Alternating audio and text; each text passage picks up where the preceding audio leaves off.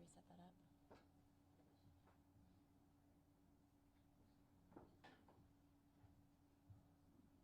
Rudy, where's the remote?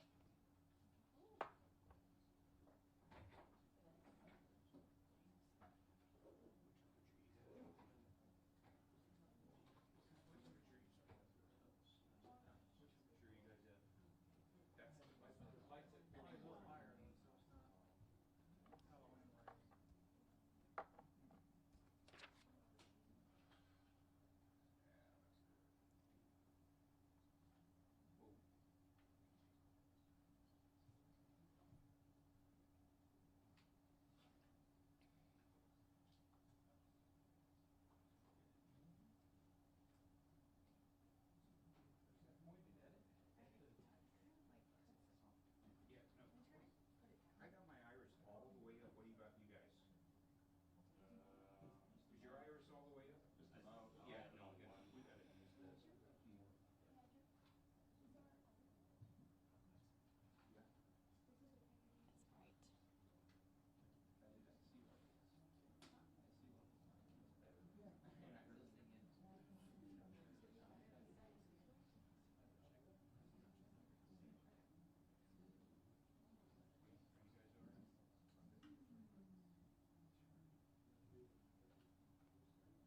Y'all good? Yes, on the way down. Okay, are y'all ready for names and speakers and everything? Okay, so our first speaker today is Austin Police Chief Lisa Davis, Lisa Davis.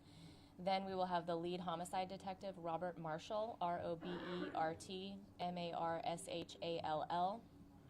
And then for questions, Homicide Sergeant Nathan Sexton, NATHANSEXTON.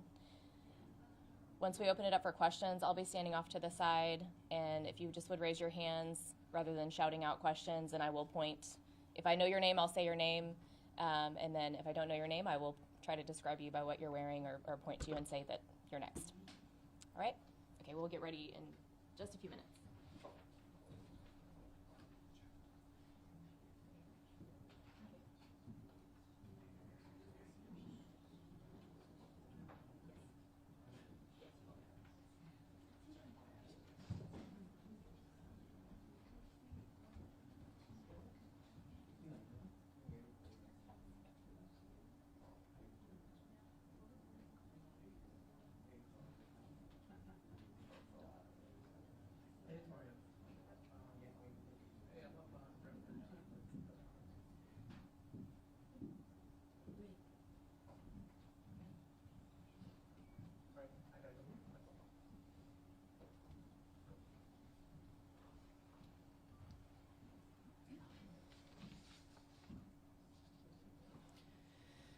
Good morning, everyone, and thank you for being here. First, I want to offer my deepest condolences to Brianna Aguilera's family, friends, and loved ones. I stand before you as the chief of police, but first and foremost as a mother. I have 3 daughters and a son, and I cannot begin to imagine the pain that Brianna's family is feeling. As a parent, none of us want to contemplate the loss of a child, and again, my heart aches for them. Before I turn this over to our lead detective, I want to be clear about a few things. It is not common for a police department to speak publicly about a death by suicide. But inaccurate information has circulated and been reported. And that has led to additional harm of innocent people, bullying included, and their families. There have also been statements suggesting the police have failed to do our jobs. Those statements are not accurate. I understand how grief and the need for answers can raise intense emotions and many questions. But sometimes the truth doesn't provide the answers we are hoping for, and that is this case. Please know that careful investigations take time. We must interview witnesses, collect evidence, and piece together facts. Releasing partial information too early can jeopardize the integrity of that case. I want to assure everyone that our team worked around the clock. These guys do not sleep. They worked around the clock on this case. And many of them are parents themselves. We used every available resource, interviewed numerous people, gathered evidence because we too want to understand what happened to Brianna, who was clearly loved by so many. I want to thank our homicide unit and victim services for their thorough work on this investigation and providing support for everyone that has been involved. I'm now going to turn it over to Detective Marshall, who will walk us through the timeline. Morning. First, I'd like to start off by saying that our deepest sympathies and condolences go out to Brianna and her family. During this investigation, I've had a chance to speak with numerous members of her family and friend group, both here in Austin and College Station and in Laredo. All of them, it's completely apparent that she was very much loved. Every friend and witness during this investigation has been nothing but forthcoming and open during the entire time I've spoken with them. I've been in contact with dozens of people over the past week, and every single one of them has answered my calls, my text, submitted to interviews, and helped give answers from the moment that I've asked for that help. This also includes several people submitting to second interviews freely and without hesitation. The location this happened at, the 21 Rio Apartments, have also been helpful since the very beginning of this investigation. They've allowed us around-the-clock access to the apartment which Brianna was last seen at, as well as access to their internal camera system, which has been very beneficial in establishing a timeline of that evening's events. On Saturday, November 29th, at approximately 12:46 a.m., the Austin police officers responded to a call of a deceased person located at 2101 Rio Grande Street. The decedent, later identified as Brianna Aguilera, was located on the ground with trauma consistent to having fallen from a higher floor. Brianna was pronounced deceased at 12:56 a.m. I, along with crime scene specialists, responded to process the scene and interview witnesses. A witness informed officers that they had heard a sound of a thud and then observed a female on the ground. Initially, it was unknown who the decedent was and on what floor she had fallen. The medical examiner arrived on scene, and the body was taken to the medical examiner's office, where she was later positively identified. In the meantime, I was able to contact one of the employees at the 21 Rio Apartments at approximately 6 a.m. that same morning. The staff at 21 Rio were cooperative throughout this entire investigation. By approximately 10 a.m., we were able to access the camera's system inside the apartment complex, which shows us the hallway areas. It was found that Brianna had arrived at the apartment complex just after 11 p.m. on Friday, November 28th, and that she went into a specific apartment on the 17th floor. Video surveillance has confirmed that a large group of friends left that same apartment at 12:30 a.m. on November 29th, leaving just Brianna and 3 other girls in the apartment. Now on Saturday, November 29th, at approximately 12:54 p.m., I, along with patrol officers, made contact with the residents of that specific apartment that Brianna had been observed going into. The residents informed me that they were trying to report that their friend Brianna was missing. I was able later to confirm they had in fact placed a 911 call at 12:14 p.m. earlier that afternoon to report their friend Brianna was missing. They informed me that they were hosting friends for the Texas A&M football game and that Brianna was supposed to be staying there that preceding evening. I spoke with 3 different female witnesses on scene, as well as later a 4th witness who had left earlier that morning. The investigation showed that Brianna had been at a tailgate party earlier in the day and became intoxicated to a point that she was asked to leave the same tailgate. She had told her friends that she had lost her phone at some point near that tailgate.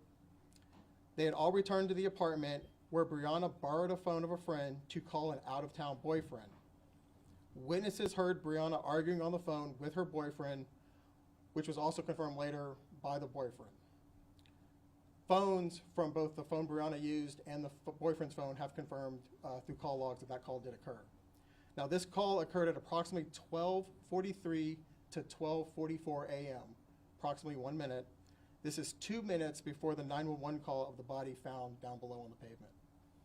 On Saturday, November 29th, it was found that Brianna's mother, Stephanie Rodriguez, had called the Austin Police Department at 12:50 p.m.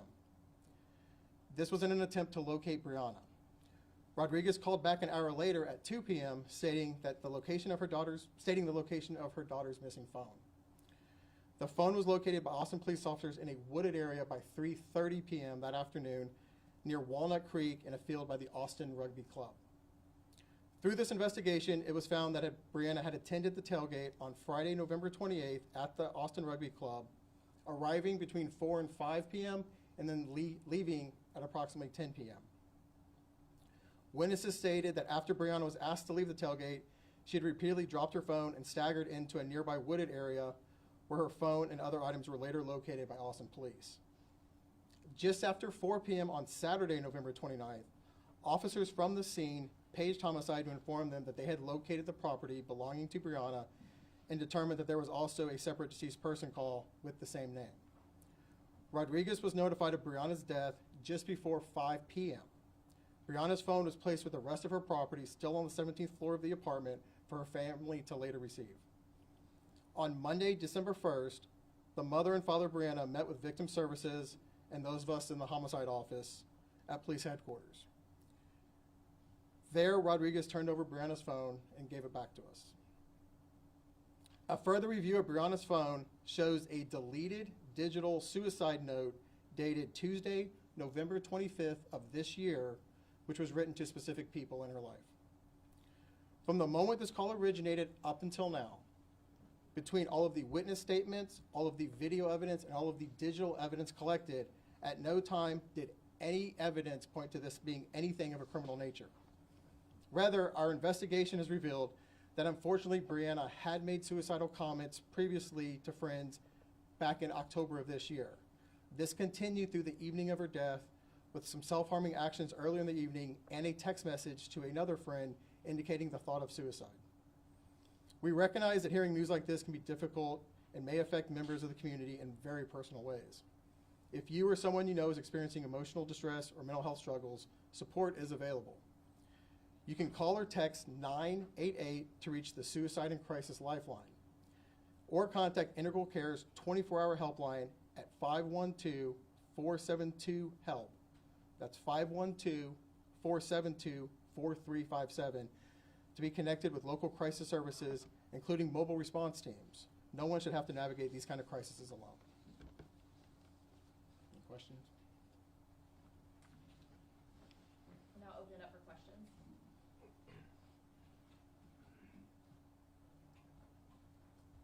Oh, you want us to pick? Job. Go ahead, Brianna. Couple things. Was the mom made aware of these previous suicidal comments when you guys figured that out during the investigation? And I know a big part of this is trying to address some online speculation, so just wanted to bring up something that people have brought up about concerns about fights that Brianna may have gotten in with other people in that apartment. Can you address those? Sure. The first part first. I was in contact with Brianna's mother beginning Saturday afternoon. We spoke through Sunday and Monday through the meeting here.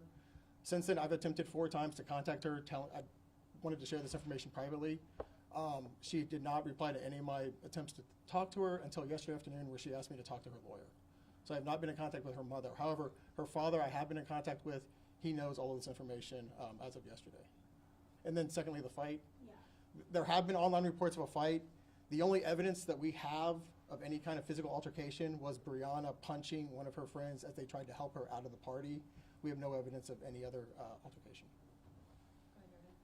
Did the witnesses that y'all talked to give any reason why they didn't call 911 earlier that night? So most of those witnesses, between the time of night that it was, they slept for some periods of time. They do have some text messages. They were worried. They assumed, because so many friends from their hometown were here in Austin staying at different locations, they had assumed she probably just went back out with another friend group that was in the immediate area, and nobody had any idea. Did anyone watch her go over the balcony? No, ma'am. No, we have no evidence to suggest that. Can you share more about that deleted note that you mentioned? When was that deleted, and do you have information about how that was deleted? So that phone is currently with our digital forensics units to be processed. It is being processed as of last night. I just know the date of it. I don't know exactly when it was typed, but I found it in the deleted items folder, and that's about all I can say at this point. The date from the deleted item was from November the 25th, so it appears that's when it was written. Brianna. In the absence of the chatter that happened online about this, how would you have handled this investigation? I hated the chatter probably as much as her family and everybody and the living witnesses hate it. The problem is, I can't make a public statement until I interview everyone, and several of these people we had interviewed 2 times. Video takes hours and hours, not only to get, but then to go through and process and look at. Her phone takes hours to go through. I've never been a part of an investigation that's happened as fast as I want it to. We always wanted to go faster, but in this case, so many people knew her, so many people wanted to help us. Just to dig through all that information, unfortunately, it has taken 3 or 4 days.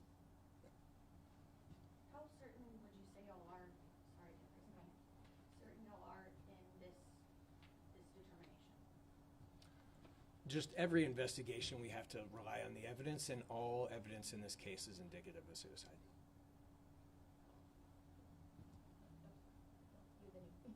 Can you share a little bit more about who was inside the apartment at the time that she fell? And were you able to speak with all of those people? I won't share their names, obviously. Yes, I've been able to speak with every single person in there. All of them multiple times, actually, throughout this. They were just all friends. Again, this is all a large friend group from Laredo. Is there anything that you can share about what she was last seen wearing? I've heard from a couple of people that they were questioning some of the wardrobe that was seen after the fact. I'll speak to that. She was found wearing the same stuff she was wearing at the tailgate. Part of the reason it took 4 hours for the video surveillance, she was wearing something slightly different when she arrived back at the apartment. So that kind of threw things off to actually locate her. But she was wearing the exact same stuff from early in the evening. It took a bit, I would say, to notify the mom. Was that because y'all had to go through me and do the identification, or what kind of was that? Sure. Yeah, it took a while to positively identify her, but on top of that, as Detective Marshall had mentioned, about around 2 p.m. on that Saturday is when they'd actually set the gears in motion to try to notify her. So she had called about 12:50, and she was notified that same afternoon. We'll take 2 more questions. You mentioned an argument with her boyfriend before her death.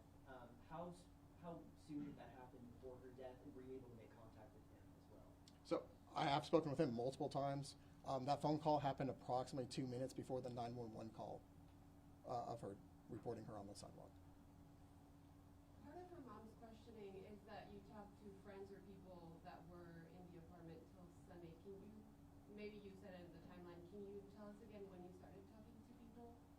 We first identified the apartment very late morning, early afternoon on Saturday. We talked to them immediately that very same time. And like I said, since then we've spoken multiple times to everyone that was in the apartment. A little bit different of a question, but she is 19 and underage, and for any people, just gotta ask, any people being investigated for supplying the alcohol to her? That would be a better question for Texas Alcohol Beverage Commission, TABC. I've been in very brief contact with them, but I don't know the status of anything that they're doing.